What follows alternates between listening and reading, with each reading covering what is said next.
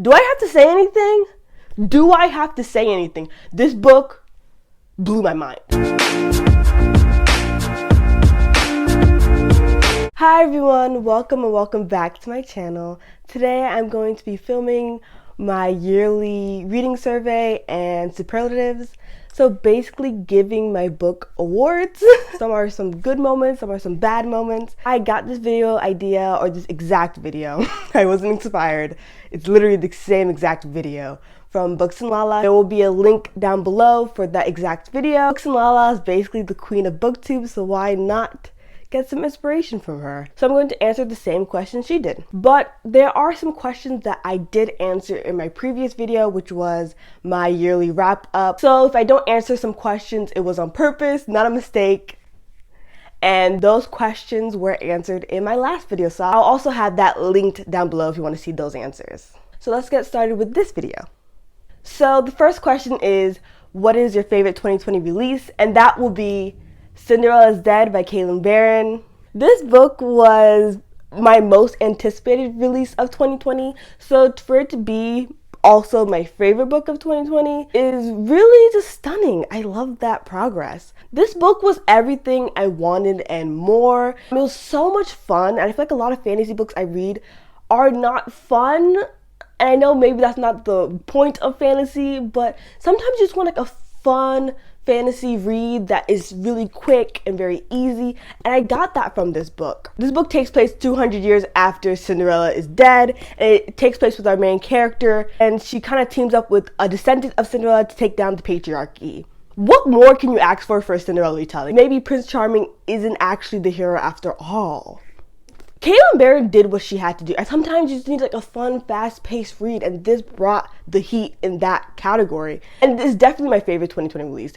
I will not stop talking about this book. It's just so amazing. It really hit the mark in everything I wanted from this book. Romance was cute. I loved the main character. I really loved how Caitlin Barron took the original Cinderella story and turned it in this book. It was very original in my opinion. I absolutely love this book. This book needs to be read by everyone, and it is definitely my favorite 2020 release.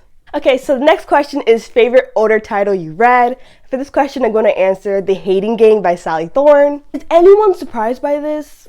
No. Like, everyone has been talking about this book for so long, at least 5 years. Everyone has been saying this is one of their favorite romances of all time. I don't know what I was waiting for, but I read it. I loved it. This book takes place in like an office setting. It's a hate-to-love between these two coworkers who recently merged, and they're basically competing for this like chief executive spot in their company. I really don't remember. But the chemistry, the tension between these two characters, out of this world. I ate this book up. Oh my gosh, the romance in this book is not to be messed with. Went into it expecting to love it, and I did. And this one did not disappoint, thankfully. What more can I say?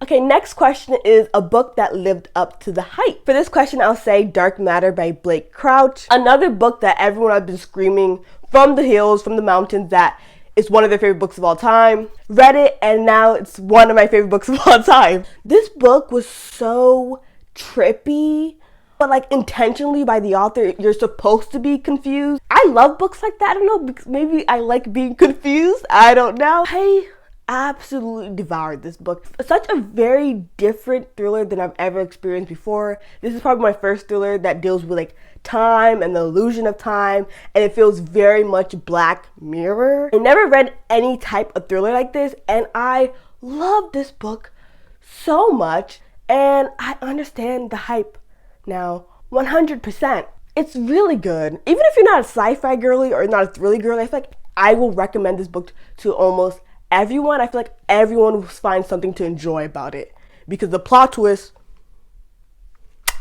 amazing. The ways that Blake Crouch confuses you and really takes his book to the next level, stunning. Next question is a book that didn't live up to the hype. And for this one, I'll say The Guest List by Lucy Foley. This book was not good. I rated this book a 2 out of 5 stars, actually. I don't even know what to say. I really thought I would love this book, but this book was just plain boring. And you can't fix boring. With a lot of books, at least when they're bad or I hate them, at least I was kind of semi-entertained by them. By this book, I was just bored. A lot of people love this book. Like, a lot of people love this book. A lot of people say like this is one of their favorite thrillers of all time. I don't know if I'm crazy. I don't know what they saw that I didn't. It didn't have any likable characters. And that's fine. A lot of thrillers do the unlikable character thing. You're gonna have to have a plot that is interesting by itself. And this book didn't have that. The plot twist at the end was good, but not good enough to bring this up from a 2 stars. That was basically the only reason I rated it 2 stars, because I liked the plot twist. If I didn't like the plot twist at the end, I would have rated this a 1 star, because this book was trash. Okay, got a little heated. But yeah, this book was just not for me. But yeah, this book definitely did not live up to the hype in the slightest. Next question is biggest reading accomplishment. And for this one, I have to say reading over 100 books. I said that as my Goodreads goal, but when I tell you I thought there was no way I would actually complete that goal. So to complete it and actually read more than 100 books is absolutely insane. I did not think I would do it. So very happy that I did. Next question is favorite character. And for this one, I have to answer Zaf from Take a Hint, Danny Brown by Talia Hibbert. I literally, in my Goodreads review, called this man my book husband. I know a lot of people like to throw on the term book boyfriend. No. He exceeds that. He is my book husband. This man was literally perfect, and I don't describe men like that a lot or at all. Talia Hibbert really wrote an amazing love interest, and for my favorite character to be a love interest, not even like a main character, what does that say about this man? He was literally so sweet, such a freaking teddy bear. He was so funny, just so loving, and it's just like, oh, can this man be any more perfect? No, he cannot. He exceeded all of my expectations when it came to love interest. I thought I couldn't have more unrealistic romantic expectations, but this book exceeded that even more, so great. Half is perfect. He's more than perfect, actually. He was just a joy to read from. Next question is least favorite character. For this question, I have to say Jill and her group of friends from They Wish They Were Us. Another thriller that did not live up to the hype, but these kids were insufferable. They were so annoying, so privileged. I really think that this author thought her main character was likable. Baby, no, your main character was annoying as heck. This book surprised me because I thought rich white kids in like boarding school would have me hooked. I like watching TV shows from that perspective and point of view. Gossip Girl, I'm looking at you right now. So I thought I was gonna eat this book up. I hated this book. I hated these characters. None of them were likable. I can't even pinpoint why exactly I hated these characters. I don't know if the author really thought these characters were likable and she really thought we are gonna root for these characters to the end. I have no idea, but sis, these characters were not it at all. At all. Next question is book with the most surprising moment. For this question, I have to say Children of Virtue and Vengeance. I feel like for this question, a lot of people are gonna answer like thrillers or mysteries or something like that. But I feel like with thrillers and mysteries, you expect there to be plot twist. You expect there to be a shocking moment within the book. I did not expect the plot twist in this at all. I can't say much. My lips are sealed. It's a lot. It's a lot. This is the sequel to Children of Blood and Bone. This book took you on twists and turns. It took you on a ride. Like, I did not expect it. I know my good sis Tomi Adeyemi could do that to me. Like, that ending. That's all I'm gonna say. Because after that ending, I need to know what happens next. Next question is favorite writing of the year. And for this, I have 2 authors. For this question, I have to say E.B. Zaboy and Elizabeth Acevedo. I actually read 3 books from these authors both, coincidentally. Did not plan that. I feel like I like their writing for the same reasons, or kind of the same reasons. I feel like both of these authors are so poetic. They both actually have written books in verse, and their writing just really makes you feel the feels. And it makes you really care about the characters and what's happening in the book. With both of these authors, their writing is actually the strong point of their books. Both of their writing is just gorgeous. It feels like on kind of like a wave. I don't know how to explain this, but their writing is just stunning. It is so perfect, and it really takes each of their books to the next level. With their writing, I really understand where each of the characters are coming from, their mindset, in a very like flowing way. When I read their books, I feel like these are writers. Like these are not just normal, ordinary writers. These are writers. Read their books if you want like amazing, stunning, flowing, poetic writing. Because they're gonna bring it to you. Bring it, if you know what I mean. The next question is a book that you push the most people to read. And for this question, I guess I have to say The Black Kids by Christina Hammonds Reed, because I literally made a whole review about that book.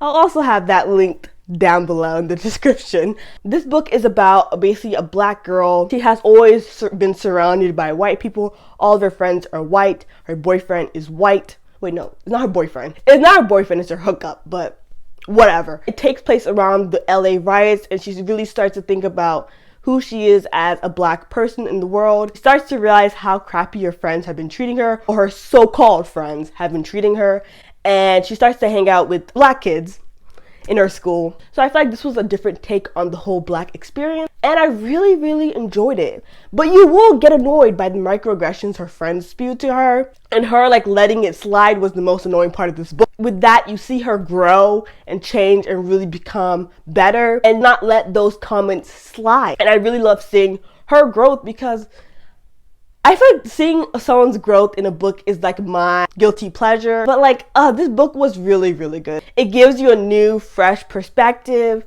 and I really enjoyed it. The next question is a book that you'd be recommending the most. For this question, I have to say Legendborn by Tracy Didnt. Do I have to say anything?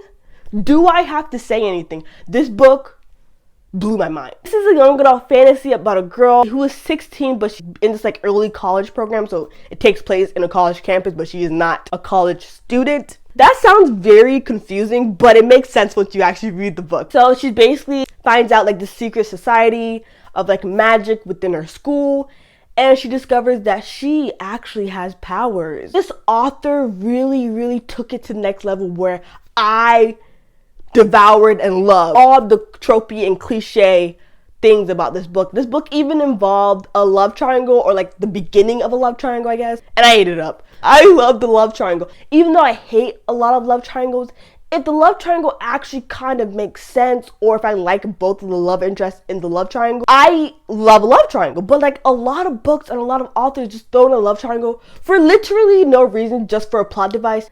Okay, I just ranted for no reason. I don't hate it as like a trope. I just hate how authors utilize it. Anyways, this book was so amazing. The way the author brought in slavery and black ancestry in the main character's magic really blew my mind. It was so amazing. I don't want to even say how she does it, but like once you read it and you understand, you come back to this video and say you were right. Everyone needs to read this book. I am going to be in everyone's comment section, everyone's Twitter replies saying read Legendborn, it's amazing. Because read Legendborn, it's amazing. What else do you want me to say? All you need to know is that it has a great magical system, a great main character, and great love interests. So read this book, please. It'll make me very happy. You need to read it. And it'll make you very happy too. The next question is favorite cover. And the answer to this question is, with no surprise, Cinderella is Dead by Caitlin Barron. Look at this cover and then tell me it wouldn't be your favorite cover of 2020. This is the UK cover and it's stunning. I had to get it. The American cover is cute. It's like cute, but it's not beautiful. Once I saw this book, before I even knew the plot of this book, I was like, this is my most anticipated release of 2020. I saw this cover and I was like, I was in love. It has the most prettiest cover I've ever seen. Not even just 2020, but like all the books that I've ever read. Like this is so stunning. Caitlin Barron brought the heat. Whoever designed this cover brought the heat with this cover and did not disappoint. Look at it. Look at it. Stunning. Absolutely stunning. The next question is a book that made you cry the most. And for this one, again, no surprise here, is The Hate You Give by Angie Thomas. In my wrap up, I talked about sobbing during this book. In my mid-year freakout tag, I talked about sobbing during this book. For a lot of books, I like tear up, maybe one tear slips. No. When I got to the ending of this book, it was full on ugly tears, ugly crying. This book had me. The tears could not stop. Do you guys need an explanation or synopsis for this book? Everyone knows this book. If you haven't read it yet, read it. Everyone needs to read this book. Everyone should read this book. If you haven't read it yet in the year 2020, read it this year in 2021. What's stopping you? Do it. Do it. Do it. Do it. Do it. Do it. Do it. Do it! The next question is a book that made you laugh the most, and that was You Deserve Each Other by Sarah Hogel. This book was so funny. This book was hilarious. It was so petty. I think that's what made it even more funnier. It basically deals with a couple who's engaged, but now they hate each other, but neither of them wants to be the one to break the engagement because they have to pay like a fee for everything they already paid for the wedding.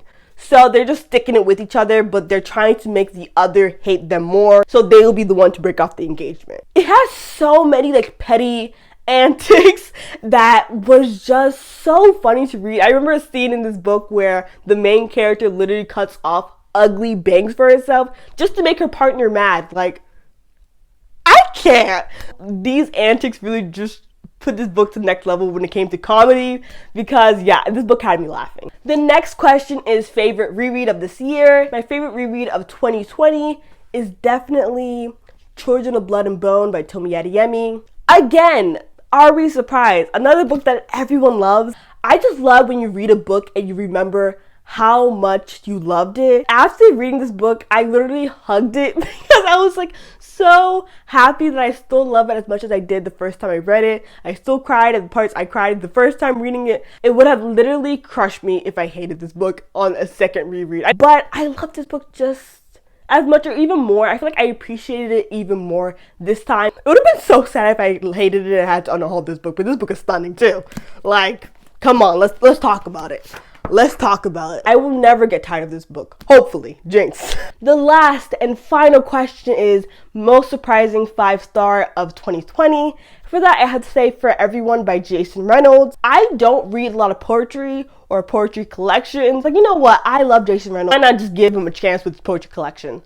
And when I tell you, this book had me sobbing at 3 a.m. I was crying my eyes out when I finished this book. Like, I feel like Jason Reynolds was speaking to me when he was writing this book. I knew I loved Jason Reynolds, but I went into this book expecting to rate it like a 4-star. Not really a poetry girl. But no, this book hit me hard. Really, really spoke to me. And this book really wrecked my soul, my heart. Jason Reynolds does it again. I knew I loved him, but now I'm like solidified at how much I love him as an author. So we've reached the end of this video. If you enjoyed it, you can give it a like, comment down below, and subscribe for more of these videos. And bye!